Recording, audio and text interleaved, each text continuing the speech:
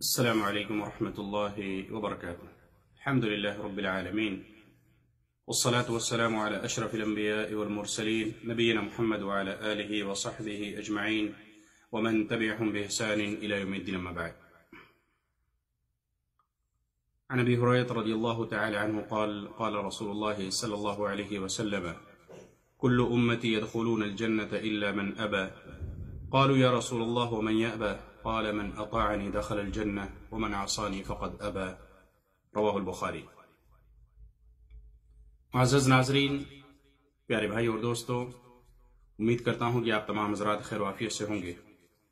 آج کے اس چھوٹی سی کلپ کے اندر، چھوٹے سے درس کے اندر میں یہ بتانے کی کوشش کروں گا کہ سنت کا مقام کیا ہونا چاہیے، سنت کی اہمیت ہمارے دلوں کے اندر کیسی ہونی چاہیے، سنت کی عظمت کا احساس ہمارے دلوں میں ہونا چاہیے۔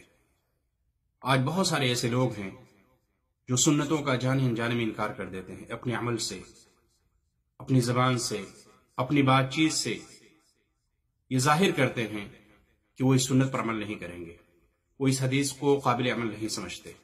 اگرچہ ہم ڈائریکٹ سیدھے طور پر حدیث کا انکار نہیں کرتے ہیں، اللہ کے نبی صلی اللہ علیہ وسلم کی سنت کا انکار نہیں کرتے ہیں، لیکن عمل سے کہیں نہ کہیں یہ ظاہر ہوتا ہے کہ ہم فلاں سنت کا انکار کر رہے ہیں۔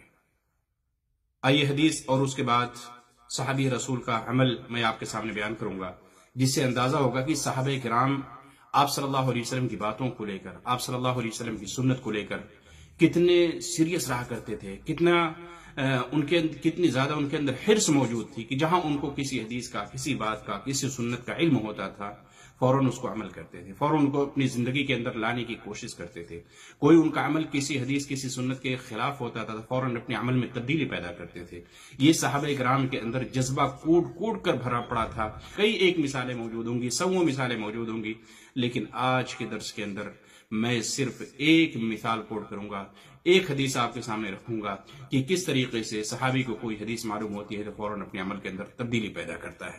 سب سے پہلے وہ حدیث جو میں نے حمد و صلوات کے بعد پڑھی ہے، حضرت ابو ہریرہ رضی اللہ تعالیٰ عنہ بیان فرماتے ہیں کہ اللہ کے نبی صلی اللہ علیہ وسلم نے ارشاد فرمایا کہ میری امت کے تمام لوگ جنت میں جائیں گے سوائے اس کے جس نے انکار کیا۔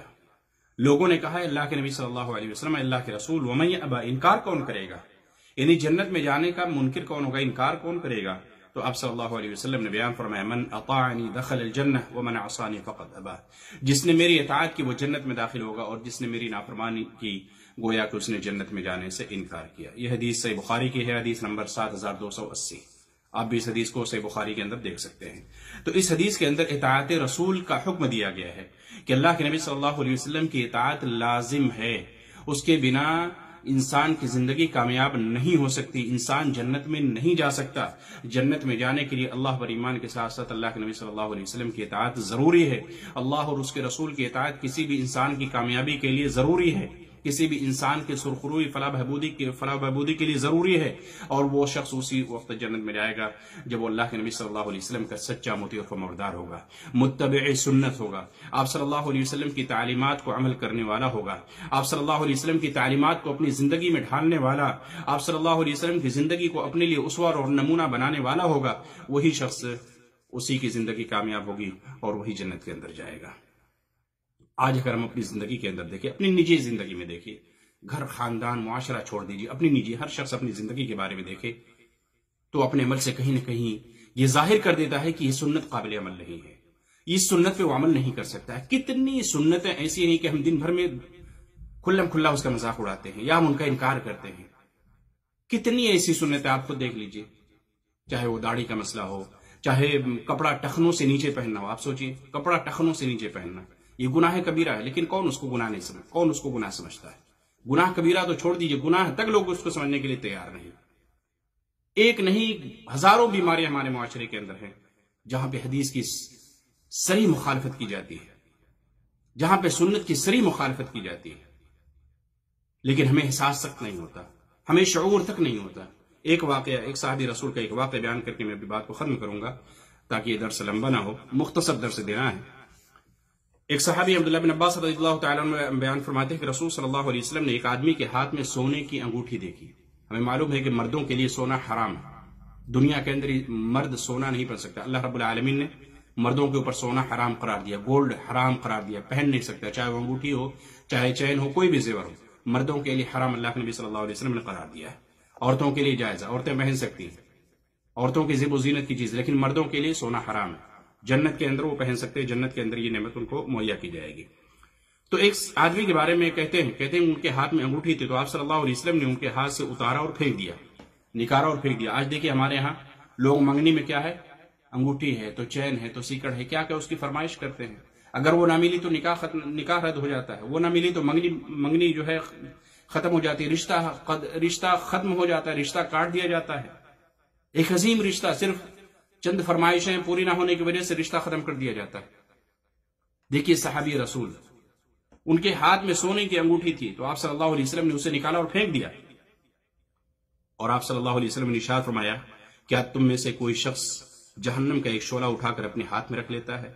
یعمد احدکم الى جمرۃ من نار فیجعلہ فی یدہ، جہنم کا ایک شعلہ اپنے ہاتھوں سے اٹھاتا ہے اور اپنے ہاتھ میں رکھ لیتا ہے۔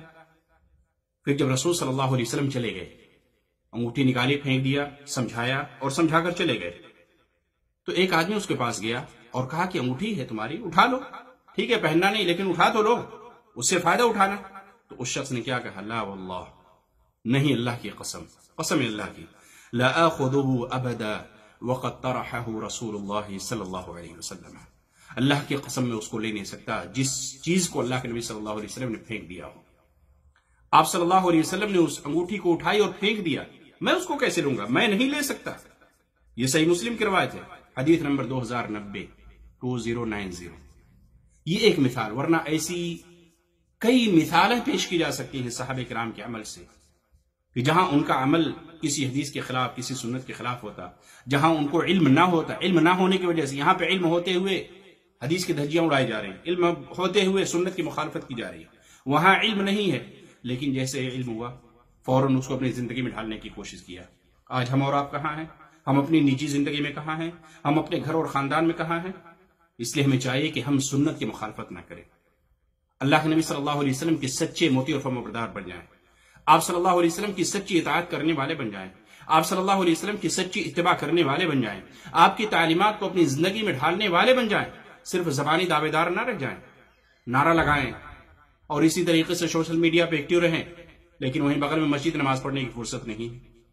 اللہ کے نبی صلی اللہ علیہ وسلم کا نام آتے ہی خوب جو ہے انگوٹھے چومنے لگتے ہیں، لیکن جہاں پہ آپ صلی اللہ علیہ وسلم کی تعلیمات کی بات آئی، آپ کے فرمان کی بات آئی، آپ کی سنت کی بات آئی، عقیدے کی بات آئی، عبادت کی بات آئی، تو دائیں بائیں دیکھنے لگتے ہیں، آگے پیچھے دیکھنے لگتے ہیں، ٹال مٹول کرنے لگتے ہیں، تعویلیں کرنے لگتے ہیں۔ ایسا نہیں ہونا چاہیے۔ اللہ کے نبی صلی اللہ علیہ وسلم کی سنت پر عمل کیجیے، آپ صلی اللہ علیہ وسلم کی سنت کو اہمیت دیجیے، اس کی تعظیم اپنے دلوں کے اندر بٹھائیے، اور جو بھی سنت، جس سنت کا بھی علم ہو جائے اس کو اپنانے کی کوشش کیجیے۔ اللہ کے نبی صلی اللہ علیہ وسلم کی کسی بھی حدیث کی مخالفت مت کیجیے، کسی بھی امر کی مخالفت مت کیجیے۔ اللہ رب العالمین سے دعا ہے کہ اللہ تعالیٰ مجھے اور آپ کو کہنے سنت ظاہر عمل کرنے والا بنا دے، ہم تمام لوگوں کو سچا متبع سنت بنائے، سنتوں کو زندہ کرنے والا، سنتوں پر عمل کرنے والا بنا دے۔ اللہ رب العالمین جو سنت کی مخالفت کرتے ہیں، حدیثوں کی مخالفت کرتے ہیں، اللہ رب العالمین تو ان کو سیدھے راہ کی، سیدھے راستے کی توفیق عطا فرمائے۔ آمین ثم آمین، وصلی اللہ تعالی علی نبینا محمد وعلی آلہ وصحبہ اجمعین، والسلام علیکم ورحمۃ اللہ وبرکاتہ۔